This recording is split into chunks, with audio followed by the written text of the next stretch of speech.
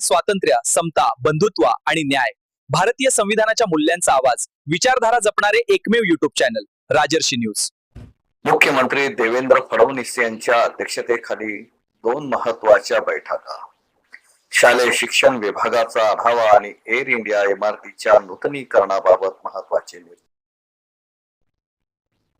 मुख्यमंत्री देवेंद्र फडणवीस यांच्या अध्यक्षतेखाली आज दिनांक 3 ऑगस्ट 2026 रोजी वर्षा निवासस्थान येथे 2 महत्त्वाच्या बैठका पार पडल्या.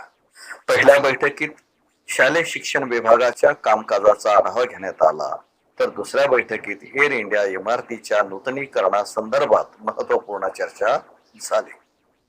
शालेय शिक्षण विभागाची आढावा बैठक दुपारी 1:50 झालेल्या बैठकीत राज्यातील शालेय शिक्षण विभागाच्या विविध योजना, कामकाज, शैक्षणिक गुणवत्ता आणि प्रशासकीय बाबींचा सविस्तर आढावा घेण्यात आला.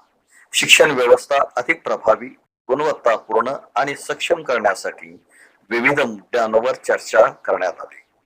या बैठकीला शालेय शिक्षण मंत्री दादाजी भुसे, राज्यमंत्री डॉक्टर पंकज भोयर तसेच वरिष्ठ अधिकारी उपस्थित होते.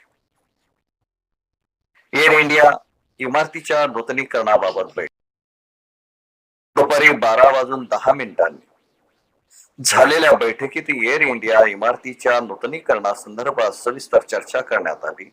राज्य शासनाच्या विविध विभागांचे कामकाज अधिक गतिमान, सुलभ आणि लोकाभिमुख करण्याच्या उद्देशाने या इमारतीचे नूतनीकरण करण्यात येणार असल्याची माहिती देण्यात आली.